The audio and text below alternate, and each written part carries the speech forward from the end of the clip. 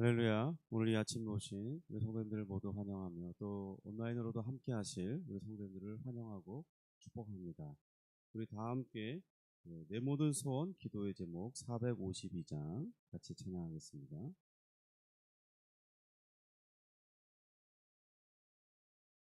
452장입니다.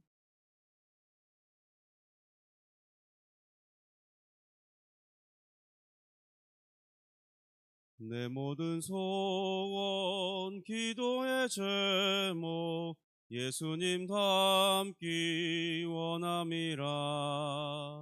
예수님 형상 나 있기 위해 세상에 보았기 않네. 예수님 닮기 내가 원하네. 날 구원하신 예수님을 내 마음속에 지금 고도사 주님의 형상 인치소서. 무한한 사랑 풍성한 긍휼 슬픈 자 위로하시는 주.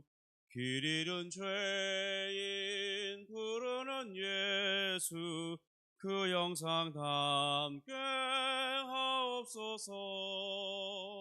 예수님 닮기 내가 원하네.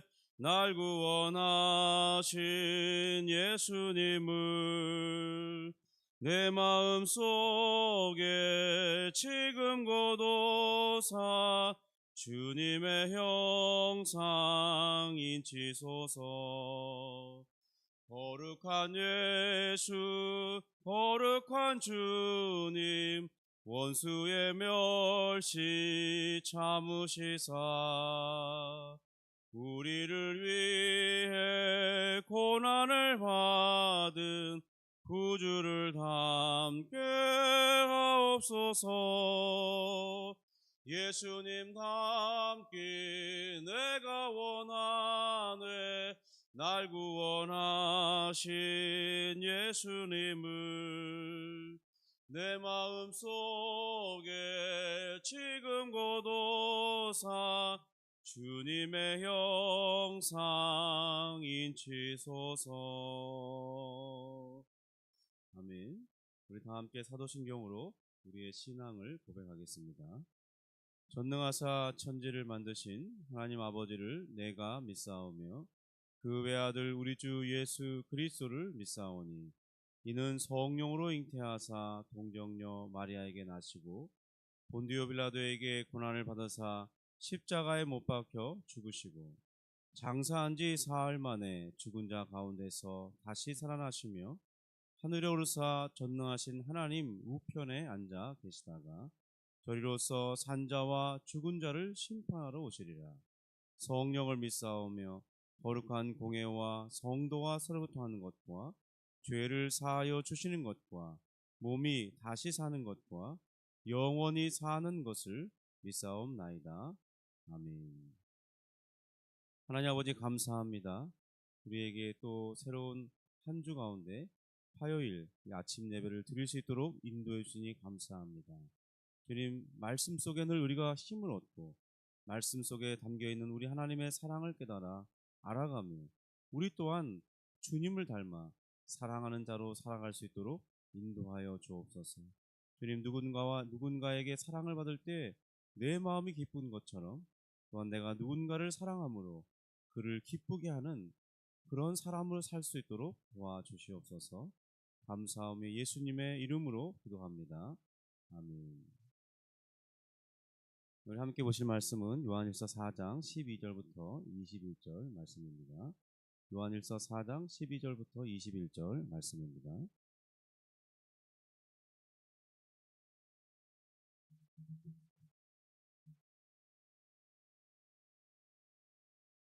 네, 우리 찾으셨으면 12절부터 합독하겠습니다.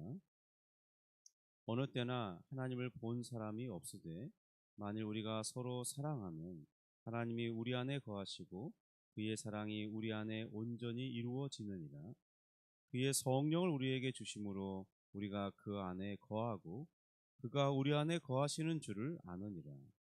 아버지가 아들을 세상의 구주로 보내신 것을 우리가 보았고 또 증언하노니 누구든지 예수를 하나님의 아들이시라 시인하면 하나님이 그의 안에 거하시고 그도 하나님 안에 거하느니라. 하나님이 우리를 사랑하시는 사랑을 우리가 알고 믿었노니 하나님은 사랑이시라. 사랑 안에 거하는 자는 하나님 안에 거하고 하나님도 그의 안에 거하시느니라. 이로써 사랑이 우리에게 온전히 이루어지는 것을 우리로 심판날에 담대함을 가지게 하려 함이니 주께서 그래야 하심과 같이 우리도 이 세상에서 그러하니라. 사랑 안에 두려움이 없고 온전한 사랑이 두려움을 내쫓나니 두려움에는 형벌이 있습니다. 두려워하는 자는 사랑 안에서 온전히 이루어지지 못하였느니라. 우리가 사랑함은 그가 먼저 우리를 사랑하셨습니다. 누구든지 하나님을 사랑하노라 하고 그 형제를 미워하면 이는 거짓말하는 자니 보는 바 그 형제를 사랑하지 아니하는 자는 보지 못하는 바 하나님을 사랑할 수 없느니라. 우리가 이 계명을 주께 받았나니 하나님을 사랑하는 자는 또한 그 형제를 사랑할지니라. 아멘. 우리는 이 요한일서를 통해서 우리를 향한 하나님의 사랑에 대해서 배우고 있습니다. 그리고 그 놀라운 사랑을 받고 그 있는 우리가 이 땅을 살아가는 동안 어떤 삶을 살아야 되는지에 대해서 또한 배우고 있습니다. 요한일서 4장 7절을 보시면 사랑은 하나님께 속한 것이다. 사랑하는 자보다 자마다 다 하나님께로부터 난 것이다. 그리고 하나님을 알고 있다고 말씀했습니다. 그러니까 우리는 하나님에 의해서 태어난 존재죠. 그래서 우리는 하나님의 사람들이 되었습니다. 하나님의 자녀가 된 것이죠. 사도 요한은 우리가 하나님에 의해서 새롭게 태어난 존재가 되었다면 우리를 새롭게 태어나게 하신 우리의 아버지이신 분이 사랑의 하나님이시기 때문에 그의 자녀된 우리도 사랑을 실천하는 것은 너무나 당연한 이치가 아니냐, 이렇게 설명하고 있습니다. 16절 17절을 보시면 이렇게 기록되어 있죠. 하나님이 우리를 사랑하시는 사랑을 우리가 알고 믿었노니 하나님은 사랑이시라. 사랑 안에 거하는 자는 하나님 안에 거하고 하나님도 그의 안에 거하시느니라. 이로써 사랑이 우리에게 온전히 이루어진 것은 우리로 심판날에 담대함을 가지게 하려 함이니 주께서 그러하심과 같이 우리도 이 세상에서 그러하니라. 여러분, 이 말씀을 보시면 하나님의 사랑을 받고 이 하나님의 구원하시는 사랑을 알고 믿은 자의 확신이 무엇인가를 알려주고 있습니다. 그것은 하나님의 사랑을 알고 믿는 자들은 자신이 죄와 심판에서 확실하게 구원받았다는 사실을 확신하는 그런 은혜를 입는다는 것을 알게 됩니다. 예수님께서도 마가복음 12장 29절부터 31절에서 하나님께서 우리에게 요구하시는 것이 있는데 그것은 바로 사랑하는 것입니다. 사랑하는 삶이 우리의 본질이라는 거예요. 왜냐하면 우리는 사실 창조 때부터 아담이 창조될 때부터 하나님의 그 온전하신 그 성품을 따라서 그리고 그의 그 성품인 사랑하심에 대해서 그대로 그 형상을 받은 자들이었습니다. 그러나 이 죄가 이것을 왜곡시켜 놨죠. 이제 그리스도 안에서 그것이 회복되고 있습니다.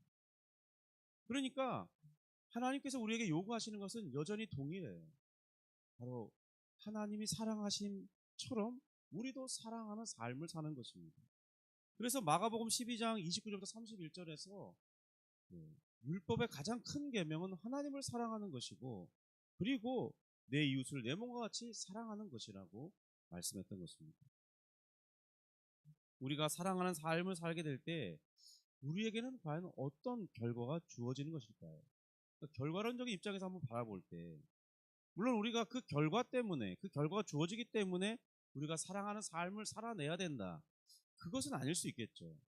그러나 우리가 하나님을 닮은 자로서 이 사랑하는 삶을 살게 되면 이 17절의 말씀처럼 이 심판날에 담대함을 가지는 결과를 가지게 될 것입니다. 우리는 이미 심판을 면제받았죠. 그 반대로 우리가 하나님의 사랑을 받은 자로서 사랑을 받았긴 했는데 사랑의 삶을 살지 않아요. 여전히 과거 예수님을 믿기 전처럼, 은혜를 받기 전처럼 누군가를 늘 미워하고 마음속으로 살인하고 욕하고 헐뜯고 또 겉과 속이 다른 태도로 그 사람들을 대하는 모습대로 산다면 그는 하나님의 사랑과 이 은혜의 구원에 대한 확신을 가지기는 어렵다는 것입니다. 실제로 그런 것 같아요. 제 자신의 삶을 돌아봐도 또 많은 사람들을 상담해 보아도 그들의 삶이 천국이지 못한 사람들, 마음에 기쁨이 없고 또 그리스도를 믿는 그 속에서 은혜를 확인하지 못하는 사람들의 삶을 보면 예수 믿기 전의 삶과 별 차이가 없어요. 그러니까 마음속에 확신을 갖지 못하는 거죠. 그러나 어떤 이들은 정말 말씀에 순종하면서 하나님을 사랑하기를 힘쓰고 어떤 사람들을 사랑하기를 늘 힘쓰며 삽니다.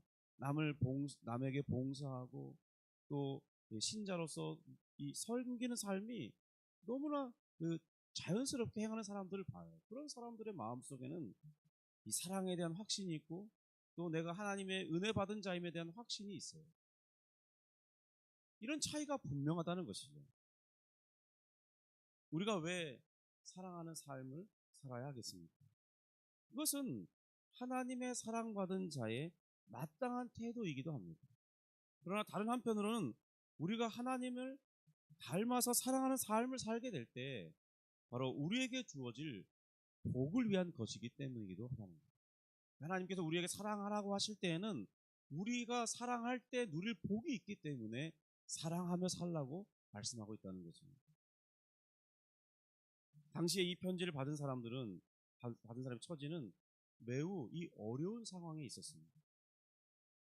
우리도 여전히 신자로 이 세상을 살아간다는 건 때때로 큰 어려움 가운데 있을 수 있습니다. 그런데 이제 90년이라는 그 긴 인생을 살고 난 이 노사도였던 사도 요한이 신앙생활이 잘하기가 어렵다는 것을 몰랐겠습니까? 요한 사도 자신이 친히 90년의 인생을 살아본 사람이잖아요. 그는 주를 위해 살았던 그의 삶의 경험으로도 충분히 우리의 입장을 이해하고도 남을 것입니다. 그래서 사도 요한은 죽기 직전에 이 할아버지가 이 자녀와 손자들에게 유언을 남기듯이 가장 마지막으로 하고 싶은 말을 지금 우리를 위해서 지금 기록해주고 있는 거예요. 그 말의 핵심이 무엇이냐면 바로 사랑하는 삶을 살라는 것입니다. 세상을 향하여 어떤 태도를 가지고 살 것인지에 대해서 또한 가르쳐주고 있습니다.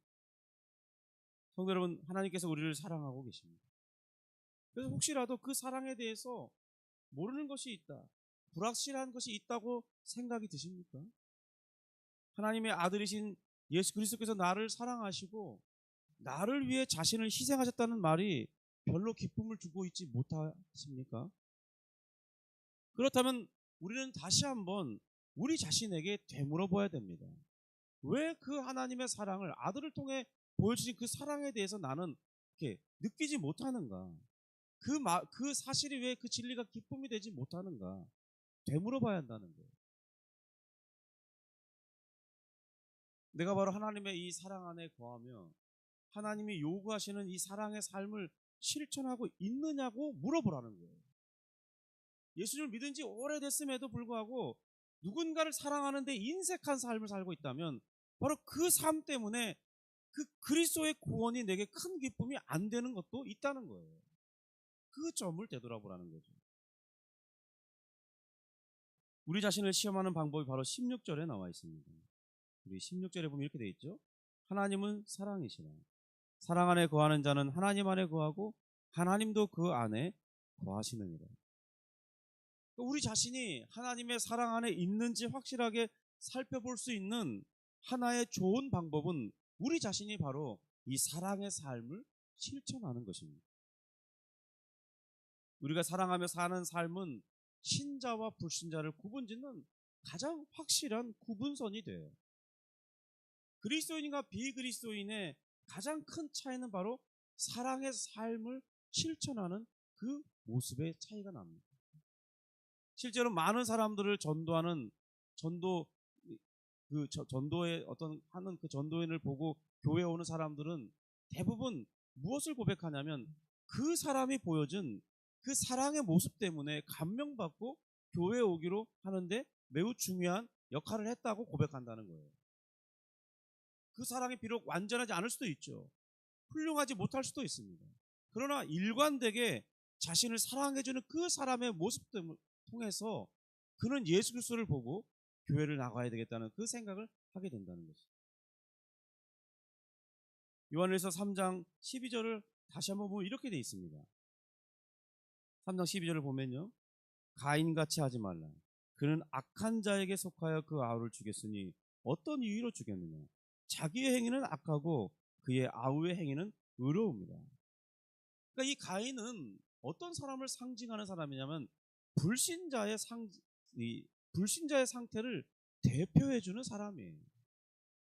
그의 마음의 상태와 인생관 그리고 그가 외부로 드러나는 이 삶이 살인자의 태도를 가졌습니다. 이 살인의 또 다른 심리 상태를 표현하자면 뭐냐면 자기 자신만을 사랑하려는 태도를 말해요. 그러니까 자기애가 엄청 강한 사람은 누군가를 쉽게 미워하고 자기 자신만을 위하는 사람은 그것을 피해본다고 생각할 때 그를 미워하고 결국은 살인에까지 이르게 되는 것입니다. 살인자들의 한결같은 고백을 보세요. 그들은 늘 누군가에게 원망과 피해의식을 가지고 있습니다. 그리고 그것이 그들의 마음을 딱딱하게 만들고 사람을 죽이는 그 잔인함에서도 전혀 가책을 느끼지 않는 사람으로 이 악인으로 변해가도록 만들어낸 것이죠. 그러니까 이 살인의 또 다른 정의는 자기 자신의 지극한 사랑입니다. 만약 그러니까 우리가 우리 자신만을 사랑하는 그 삶을 고집한다면 우리 또한 이 불신자와 살인자의 모습에서 벗어날 수가 없는 것이죠. 가인은 자신 외에 다른 이들을 이기적으로 대했습니다. 자신에게 도움이 되면 사랑하고 자신에게 거추장스러운 사람이라면 살인적 태도를 나타낸 것입니다. 그 결과가 바로 아우를 죽인 것이죠. 사도 바울도 디도서 3장 4절에 회심하기 이전에 자신과 이 신자들의 상태에 대해서 말하기를 이렇게 말했습니다. 우리도 전에는 어리석은 자요, 순종하지 아니하는 자요, 속은 자요, 여러 가지 정욕과 이 행락의 종노릇한 자요, 악독과 투기를 일삼은 자요, 가증스러운 자요, 피차 미워한 자였으나 이렇게 말합니다. 그러나 그가 우리를 구원하시고 우리를 새롭게 하셨다는 것이 그 이후의 설명인데 그리스도인은 주의 사랑으로 말미암아 새롭게 된 사람들입니다. 오늘 본문의 근거를 볼 때 불신자와 신자의 상태는 이 사랑의 상태의 차이라고 설명할 수 있습니다. 그리스도인은 사랑 안에 거하며 살며 존재하는 사람들이라고 정의할 수 있습니다. 그래서 그 사람이 하나님의 지극한 사랑을 받은 그 결과 이 사람은 하나님에 대해서 사랑을 나타내고 다른 사람들에 대해서 사랑의 태도를 나타내고 또한 그것이 자기 자신을 진정으로 사랑하는 방법이라고 알고 있는 사람들입니다. 구원의 목적 중에 분명한 한 가지는 서로 사랑하는 삶을 살게 하는 것입니다. 하나님을 사랑하고 하나님께서 우리를 사랑하신 것처럼 우리 이웃을 사랑하는 삶을 사는 것. 바로 이것이 우리를 구원하신 목적 중에 하나라는 거예요. 이런 삶이 내 안에서 풍성해질 때 우리는 하나님의 나라를 우리 안에서 간접적으로 맛보면서 살 수 있게 될 것입니다. 서로 사랑하는 삶이 풍성해질 수 있기를 주님의 이름으로 축복합니다. 기도하겠습니다. 하나님 아버지 감사합니다. 오늘 이 아침에 우리 주님께서 우리를 사랑하셨고 우리를 또한 주님을 닮아서 사랑하는 삶을 살기를 바라시는 그 하나님의 뜻을 살펴보았습니다. 주님 정말로 우리가 그리스도의 크신 사랑을 깨닫기 위해서 먼저는 하나님을 사랑하고 또 내 주변에 나에게 가까이 두신 그 사람들을 사랑할 수 있도록 도와주옵소서. 그들에게 작은 친절을 베풀고 또 작은 관심을 가짐으로써 그들을 위로하고 격려하고 또한 서로 웃으면서 좋은 관계를 맺는 그런 삶을 살 수 있도록 도와주옵소서. 그래서 하나님 그 결과로 그도 은혜 받고 구원 받고 주님 우리는 하나님의 사람인 것을 확인하면서 우리가 얼마나 큰 하나님의 사랑 가운데 있는지 우리 자신이 깨닫는 그리고 그 복을 누리는 삶을 살기를 원합니다. 주님 도와주옵소서. 주님 오늘 이 아침에 기도할 때 우리에게 여러 가지 많은 기도 제목과 또 응답받고 싶은 제목들이 있사오니 주여 역사해 주셔서 응답해 주시고 주님의 놀라운 은혜 가운데 우리가 또 하루를 살아낼 수 있도록 도와주시옵소서. 감사하며 예수님의 이름으로 기도합니다. 아멘. 하늘에 계신 우리 아버지여, 이름이 거룩히 여김을 받으시오며 나라가 임하시오며 뜻이 하늘에서 이룬 것 같이 땅에서도 이루어지이다. 오늘날 우리에게 일용할 양식을 주옵시고 우리가 우리에게 죄 지은 자를 사하여 준 것 같이 우리 죄를 사하여 주옵시고 우리를 시험에 들게 하지 마옵시고 다만 악에서 구하옵소서. 대개 나라와 권세와 영광이 아버지께 영원히 있사옵나이다. 아멘. 우리 다 함께 개인 기도 시간을 갖도록 하겠습니다.